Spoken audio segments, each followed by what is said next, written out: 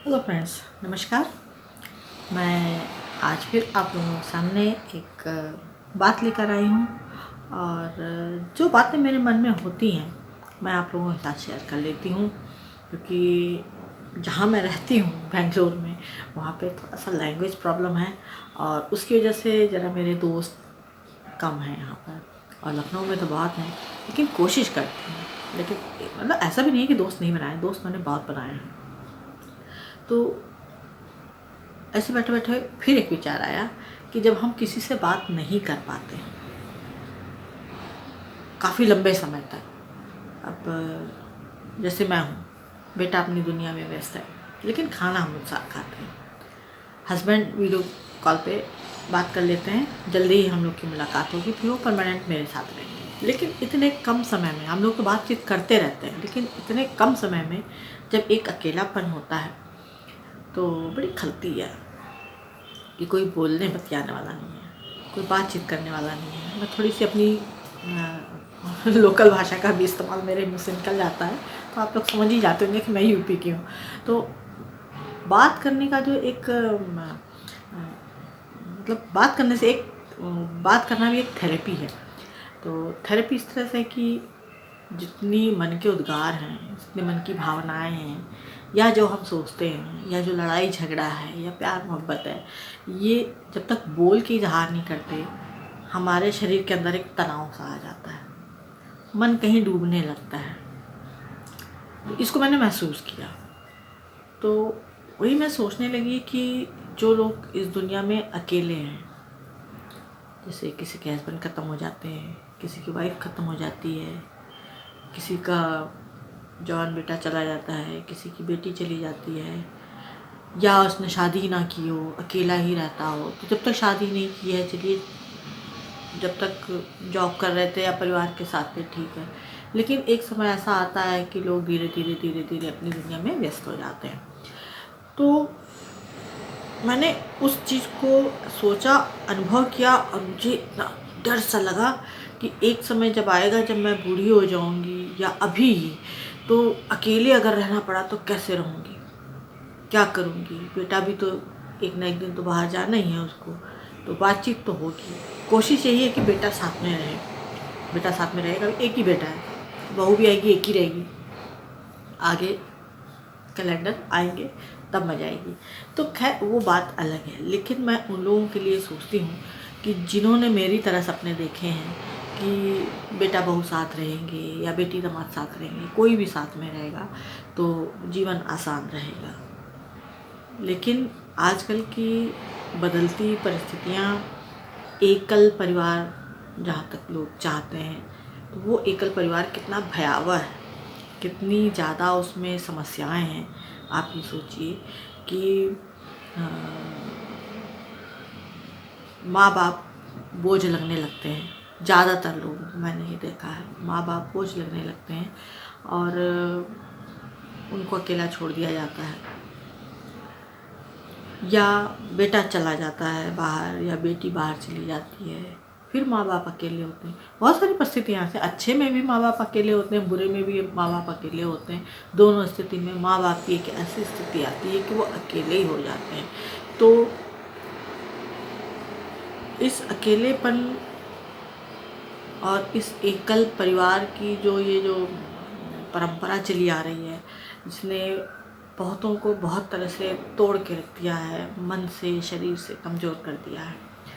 तो कहना मैं ये चाह रही हूँ कि परिवार में जब तक आप हैं, साथ में हैं, माँ बाप हैं, भाई बहन हैं, तब तक तो सब साथ में मिलके बैठते हैं, खाते हैं, पीते हैं। लेकिन जैसे जैसे माँ बाप अपनी जिम्मेदारी पूरी करते हैं, बेटियों की शादी करते हैं, बेटों की शादी करते हैं, खुद रिटायर होते हैं, तो अब कोशिश ये करनी चाहिए, आगे आने वाली जनरेशन को ही ये सिखाना है, और हमें भी, हम भी इतने बूढ़े नहीं हैं, लेकिन हमें भी ये लागू करना है अपने ऊपर कि कोशिश करें कि जैसे पहले खाना खाते थे, आप चाहे जितनी देर में, आपके पास समय नहीं है माँ बाप के पास सारा दिन बैठ कर के बात करने के लिए, लेकिन जो माँ बाप के साथ रह रहे हैं और जो नहीं रह रहे हैं वो भी कोशिश करें। मेरी बात सब सुन रहे होंगे, स्त्री पुरुष, जवान बूढ़े सब सुन रहे हैं क्योंकि मैं बड़ा ही इसीलिए रही हूँ, सुनना पड़ेगा आपको, और सुन करके सोचिएगा ज़रूर कि क्या मैं कहना चाह रही हूँ, कितना सही है कितना गलत है। तो मैं आगे बात कंटिन्यू करती हूँ। वो ये कि अगर आप ऐसी जॉब कर रहे हैं कि जहाँ पर आपको दम मारने की फुर्सत नहीं है, आप सुबह जाते हैं शाम को आते हैं, आपकी वाइफ भी जॉब कर रही है, सुबह जाती है शाम को आती है, फिर पीछे माँ बाप हैं, या अकेली माँ है, या अकेला पिताजी हैं, जो भी हैं घर में, जो भी पीछे रह जाते हैं, जो आपके बच्चों को संभालते हैं, खाना पीना देते हैं, या बच्चे भी दिन भर अपने ही कमरे में व्यस्त रहते हैं। तो इस एकल परिवार में एक जॉइंट फैमिली की तरह रह करके आप कोशिश कीजिए कि सुबह और शाम या वीकेंड्स पर फैमिली के साथ फुल टाइम एंजॉय करें, ख़ास तौर पे अपने पेरेंट्स के साथ। और जब आप ऐसा करेंगे, ये कहने का मेरा मतलब ये है, अब आप इसको इस तरह से सोचिएगा कि जब आप ऐसा करेंगे, ज़बरदस्ती करते करते फिर एक आदत पड़ जाएगी कि नहीं वीकेंड्स पे फैमिली के साथ जाना है, घूमने जाना है, या बातें करना है, या मूवी घर में बैठ के देखनी है, या अच्छे खाना खाना है, फैमिली के साथ खाना ही खाना है। और जब आप ड्यूटी टाइम में हो तो आपको सुबह तो टाइम नहीं मिलेगा, लेकिन कोशिश करें कि रात का खाना एक साथ एक टेबल पे या एक पलंग पे या एक दही बिछा करके एक साथ खाएं पिएं। उससे होगा क्या, ये जो आदत है आपकी, ये आपको तो सुविधा देगी, माँ बाप को बहुत सुकून देगी कि हमारा सरपरस्त कोई है।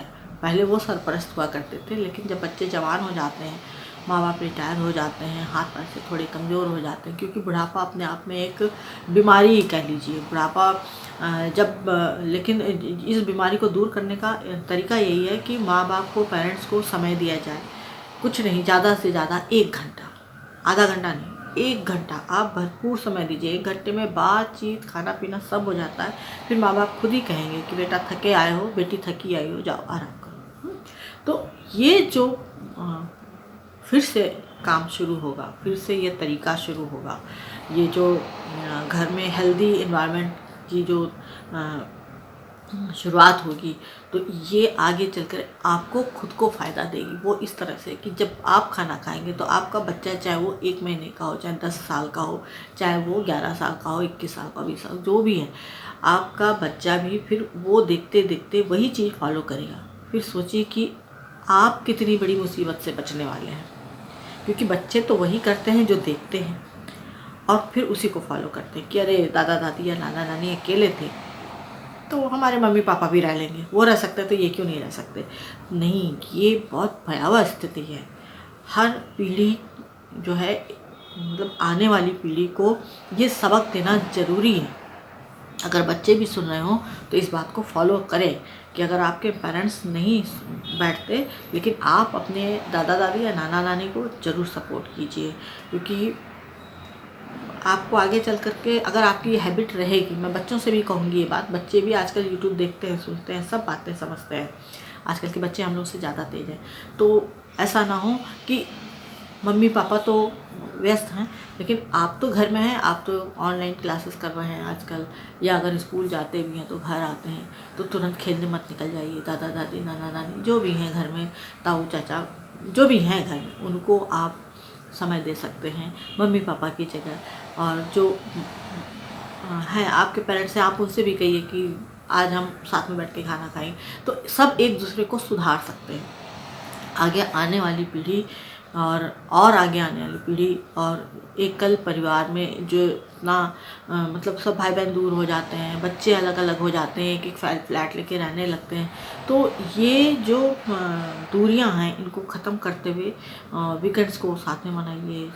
ज़्यादा से ज़्यादा पेरेंट्स को समय देने की कोशिश कीजिए। मैं ये नहीं कहूँगी कि नहीं आप लोग बहुत लापरवाह हैं, ऐसा नहीं है। बच्चों की भी अपनी मजबूरियाँ होती हैं, क्योंकि उनकी अपनी फैमिली होती है। कहीं दोनों पार्टनर मिलके काम करते हैं, कभी कोई एक सिंगल घर का कोई भी मेंबर काम करता है और घर चलता है। घर चलाना भी एक अपने आप में एक बहुत बड़ी जिम्मेदारी है। तो लेकिन इन सब के बीच में कोई दूरी ना आ जाए, कोई अकेलापन ना महसूस करे, अपने आप को कोई इग्नोर ना महसूस करे कि अरे हमको तो बेबी सिटर बना दिया, अरे हमको तो नौकरानी बना दिया, या कोई डिप्रेशन में चला जाए। अकेले चुप रहते रहते, चुप रहना कहते हैं ना, चिंता चिता के समान होती है। तो पेरेंट्स के साथ तो कोई चिंता तो नहीं है, लेकिन चिंता वो अपनी करने लगते हैं कि ये बुढ़ापा कब कटेगा, और इसकी मियाद बड़ी लंबी होती है जब उसमें इंतज़ार जुड़ जाता है। तो इस इंतज़ार को पेरेंट्स के साथ ख़त्म कीजिए। आप लोग, हम लोग, सब लोग मिल के एक अच्छा हेल्दी इन्वायरमेंट बनाएं।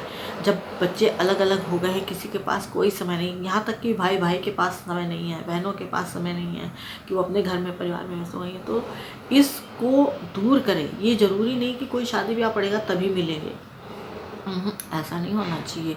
कोई भी तरीका निकालिए एक साथ मिल बैठ करके बातें करने का, खाना खाने का। बहुत सारी फैमिली करती है इस तरह से, लेकिन बहुत सारी फैमिली ऐसी भी हैं कि एकल परिवार में रह करके, एकल पर मतलब कि सिंगल हो गए, सब अलग अलग फ्लैट में चले गए, अपने अपने घर में चले गए, और फिर कभी कभी आते हैं, कोई किसी से मिल जाता है, या मम्मी पापा उनके यहाँ भेज दिए जाते हैं कि वहाँ चले जाओ, कुछ दिन वहाँ रह लो, सब जैसे एडजस्टमेंट हो रहा है। ये एडजस्टमेंट कहाँ से आया बीच में?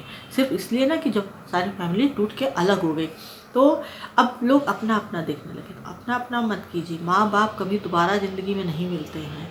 ये ऐसी चीज़ है कि इसको ना बनाई जा सकती है ना पैदा की जा सकती है। ये एक बार हाथ से, ये जो निमत है ऊपर वाले की दी हुई, अगर ये हाथ से निकल गई तो दोबारा आपको नहीं मिलेगी। ये बहुत अमूल्य चीज़ है, और आप इसको खुद अपने ऊपर सोच के देखिए। जैसे मैं आज डर गई सोचते सोचते कि अकेलापन कितना ख़राब होता है। मतलब अंदर से दिल दहल जाता है कि कितना टीवी देखेंगे, कितनी बुक्स पढ़ेंगे, कितनी सिलाई कढ़ाई बुनाई करेंगे, कितनी देर हम बालकनी में खड़े होकर के गाड़ियों को आते जाते देखेंगे। ये बहुत भयावह स्थिति है, ये डिप्रेशन में ले जाती है। जब डिप्रेशन में आदमी आता है तो फिर उसका कोई इलाज नहीं है, फिर दवाइयाँ खाते रहिए जब तक जिंदा हैं आप। अगर आप उस डिप्रेशन से बाहर आ गए तब तो बहुत अच्छी बात है, नहीं तो फिर बच्चे भी साथ छोड़ने लगेंगे कि आप तो पागल हो चुके हो। तो ये स्थिति पागलपन की मत आने दीजिएगा। ये डिप्रेशन की स्थिति आगे चल कर के आप अपने लिए मत बना के रखिए घर की एक कोने में, कि कभी भी आपके ऊपर ये लागू हो सकता है कि आपके बच्चे छोड़ के चले जाएं, आप अकेले पड़ जाएं, या कोई ऐसी बात हो जाए। हाँ, एक आध महीना अकेले रहना हो, एक आध दिन अकेले रहना हो तो बात अलग है, लेकिन जब जीवन का सवाल आता है तो ज़िंदगी बहुत दुश्वार हो जाती है। तो इसके लिए कोशिश करें आप लोग कि अपने पेरेंट्स को थोड़ा समय दें डेली। और माँ बाप खुद कहेंगे कि बच्चे जाओ आराम करो, तो जब आप, मैं फिर वही कहूँगी कि जब आप समय देंगे तो उनको भी एक तसल्ली होगी, वो एक सुख की नींद सोएंगे कि हाँ बच्चा हमारे साथ है और हम उसको अपनी आँखों से हंसते खेलते खाता पीता देख रहे हैं, उसका परिवार भी सुखी है। तो यही चीज़, यही भावना, यही आदत बच्चों के मन में भी आएगी जो बचपन से देखते आ रहे हैं। फिर वो भी आपकी उतनी ही केयर करेंगे। तो जब वो आपकी केयर करेंगे तो फिर आप उनके बच्चों को भी सिखा सकते हैं ऐसी बातें कि देखो तुम्हारे मम्मी पापा कितनी केयर करते हैं। तो उनके साथ भी फिर वही चीज़ आगे एक परंपरा बनती चली जाएगी। तो एकल परिवार इस तरह से जॉइंट फैमिली में वापस आ सकते हैं। आज से बहुत समय पहले जॉइंट फैमिलियाँ जब होती थी, जॉइंट फैमिलीज जब होती थी तो बच्चे कब बड़े से जवान हो जाते थे, कब शादी हो जाती थी, कुछ पता ही नहीं चलता था। एक ही आंगन में खेलना कूदना, एक ही चूल्हे पे पूरा खाना बनना, सारी घर की औरतें मिलकर के खाना बनाती थी, हाय ठाटा ठीठी होता था। यहाँ तक कि लाइट जाने पे अंताक्षरी होती थी और कहानी किस्से होते थे। ये मेरे अपने खुद का अनुभव है कि ये सब होता था। लेकिन अब धीरे धीरे माहौल बदल रहा है और इसमें बहुत सारी गड़बड़ियाँ हो रही हैं, ख़ास तौर पे जो बड़े बुज़ुर्ग हैं घर के ऊपर, पेरेंट्स हैं, उनके लिए। तो एक अच्छा हेल्दी एनवायरनमेंट अपने घर में लाएं वापस से। मतलब जॉइंट फैमिली तो नहीं ला सकते, खर्चे बहुत हैं, महंगाई बहुत है, सब अलग अलग जा चुके हैं, लेकिन आज भी कहीं कहीं जॉइंट फैमिली देखने को मिलती है। तो क्या हम अपने घर में अपने ही घर का माहौल एक जॉइंट फैमिली की तरह नहीं कर सकते? अरे वीडियोग्राफी करिए और वीडियो कॉल पे सारे भाई बहन को इकट्ठा कीजिए। मेरा भाई तो जब तब मिला देता है फ़ोन वीडियो कॉल पर, तो सारे भाई बहन इकट्ठा हो जाते हैं और खूब बातें कर लेते हैं। तो इस तरह से आप लोग भी हफ्ते में एक दिन संडे को, या जब भी आपका ऑफिस बंद रहता हो उस दिन इस काम को कर सकते हैं। और माँ बाप के साथ बातें कराइए, खुद भी बातें कीजिए, घूमने जाइए, बातें कीजिए। तो बच्चों, कहने का मतलब ये है, मैं बार बार दोहरा रही हूँ, सॉरी। तो बच्चों आगे आने वाले, मतलब अपना बुढ़ापा आपके हाथ में है कि कैसा कटेगा। आप हमेशा तो काम करेंगे नहीं, आप हमेशा जवान तो रहेंगे नहीं। तो आप सोचिए, इस बात को सोचिए कि आप अपने लिए क्या तैयार कर रहे हैं। एक अच्छा हेल्दी माहौल घर का, कि बच्चे जो आप सोचते हैं कि हमने बच्चे को पढ़ाया लिखाया तो वो हमारे बुढ़ापे का सहारा बनेगा, तो बुढ़ापे का सहारा ज़रूरी नहीं कि वो आपको पैसों से लाद दे। बुढ़ापे का सहारा होता है देख रेख करना, बातचीत करना, उनके मन को तसल्ली देना, उनके प्यार को उतने ही प्यार से वापस प्यार देना कि उनका बुढ़ापा एक छोटे बच्चे की तरह हो जाए। कहते हैं ना, बच्चे बूढ़े एक समान। तो बुढ़ापा आते आते जैसे जैसे उम्र होती है, शरीर हाथ पैर सब जवाब देने लगते हैं, तो उनको उतने ही प्यार की ज़रूरत होती है। तो और मैं तो कहूँगी कि इस बात पे मेरी सासू माँ बड़ी लकी रही। मैं तो बेंगलोर में थी, लेकिन मेरे हस्बैंड ने, ये मैंने देखा, मेरे हस्बैंड ने उनकी इतनी सेवा की कि शायद मैंने और ज़िंदगी में किसी को नहीं देखा इतनी सेवा करते। यहाँ तक कि उनको गोदी में उठाते थे, उनका कपड़ा बदलते थे, पूरे स्पंज करके उनका कपड़ा चेंज करते थे, डायपर चेंज करते थे, सुसु पॉटी सब साफ करते थे। बड़ी मेहनत की उन्होंने। फिर मैं जब कभी कभी बेंगलोर से लखनऊ जाती थी तो वो मेरा हाथ पकड़ के खूब मुस्कुराती थी, हंसती बोलती थी। मतलब बोल तो नहीं पाती थी, आ करके बोलती थी, लेकिन मतलब जितनी सेवा की, मैं तो कहूँगी कि कोई नहीं कर सकता इतनी सेवा। और मेरे भाई ने भी मेरी माँ की उतनी ही सेवा की। दोनों ने, मतलब मेरा भाई भी मेरी माँ के डायपर वगैरह चेंज करता था, कपड़े चेंज करता था। भाभी से अकेले नहीं होता था, तो वो मिल बैठ के करते थे। भाभी तो साथ रहती है, लेकिन दोनों ने सेवा की। लेकिन भाई ने जितनी सेवा की, वो एक भाई ने और मेरे हस्बैंड ने, दोनों ने अपनी माँ की इतनी सेवा की कि मेरे पास शब्द नहीं है कि मतलब अगर एक तरह से कहा जाए, इतनी जो सेवा की कि वो माँ के ऋण से उऋण हो चुके हैं, इतनी सेवा की है। और जो लोग मुझे जानते हैं वो खुद भी जानते होंगे मेरे हस्बैंड को और मेरी सासू माँ को के बारे में, और मेरे भाई और मेरी माँ के बारे में। तो ये सारी चीज़ें हैं जो बच्चों को, मतलब जो भाई के बच्चे हैं वो भी देखते थे, तो कि पापा क्या कर रहे हैं दादी के साथ। तो मतलब वही चीज़ें हैं कि अब आगे बच्चों की, जो आजकल के बच्चों की याददाश्त जो है बड़ी तेज़ होती है, तो वो हमेशा याद रखेंगे। वो सबसे छोटा वाला तो पूछता भी है दादी कहाँ गई, लेकिन अब धीरे धीरे जैसे बड़ा होता गया भूलता जा रहा है, बड़ा हुआ तो समझ जाएगा कि दादी कहाँ गई। तो ऐसे ही, और मतलब इसमें एक किस्सा ये भी है कि मेरे हस्बैंड उस समय, उनकी सहारनपुर में पोस्टिंग हुआ करती थी, तो उनके ऑफिस से कोई आया, उन्होंने कहा कि सर हम वैष्णो देवी जा रहे हैं, तो आपको कुछ अगर वहाँ पे कुछ मतलब चढ़ाने के लिए कुछ कहना हो तो बताइए। तो उन्होंने कहा कि नहीं, मैं तो ना जा पाऊँगा, और देने को तो कोई बात नहीं, दे दूँगा, लेकिन मैं जा नहीं पाऊँगा, मेरे लिए पॉसिबल नहीं है, क्योंकि मेरी तो माता रानी घर पे ही पड़ी हैं। उन्होंने इतना कहा। तो वो जो ऑफिस के थे, उन्होंने जाकर के ये किस्सा अपनी माँ को बताया कि हमारे सर कह रहे थे कि वो वैष्णो देवी तो नहीं जा पाएंगे, लेकिन मेरी जो माता रानी है, मैं तो इन्हीं की सेवा कर रहा हूँ। तो जिन्होंने जाके अपनी माँ को बताया था, वो मतलब आई मिलने और मेरे हस्बैंड को बोलने लगी कि भाई आप, मतलब आपसे अच्छा आदमी मैंने दुनिया में कहीं नहीं देखा, कि मतलब आपके लिए तो सारा दरबार यहीं पर है वैष्णो देवी का। तो माँ से बढ़ के कोई नहीं है, पिता से बढ़ के कोई नहीं है। जितना रोल माँ का होता है उतना ही पिता का होता है। तो पिता को तो मैंने इतने बहुत, जब मैं हाई स्कूल पास किया था तभी खो चुकी थी, लेकिन मदर को तो अभी 3-4 साल पहले खोया, फिर सासू माँ गई। लेकिन हाँ, इन दोनों ने अपने माँ की बहुत सेवा की, उतनी सेवा तो हम लोग भी नहीं कर पाए अपने माँ बाप की।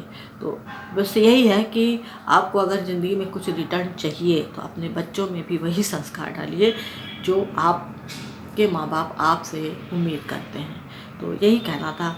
और आप लोग इस हेल्दी इन्वायरमेंट को बनाने की कोशिश कीजिए। आज बाहर की दुनिया इतनी ख़राब है कि आप घर में हैं, आपके माँ बाप घर में हैं, बच्चे बाहर हैं, आप बाहर हैं, और घर लौटते लौटते किसके दिमाग में कोई क्या बीज डाल दे कुछ कहा नहीं जा सकता। तो एक परिवार एक छत के नीचे रहने वाले अगर एक जैसा सोचेंगे, एक जैसा काम करेंगे, तो बाहर वालों की हिम्मत नहीं है कि वो आपके परिवार में कुछ फूट डाल दे, कूटनीति कर जाए, राजनीति कर जाए। एकता में बड़ी ताकत होती है। तो ताकत परिवार होता है, परिवार से बढ़ के कुछ नहीं है। तो उम्मीद है मेरी बात आप लोग समझ गए होंगे। तो आज के लिए बस इतना ही, कल फिर कोई विचार आएगा तो लेकर के आऊँगी। नमस्कार।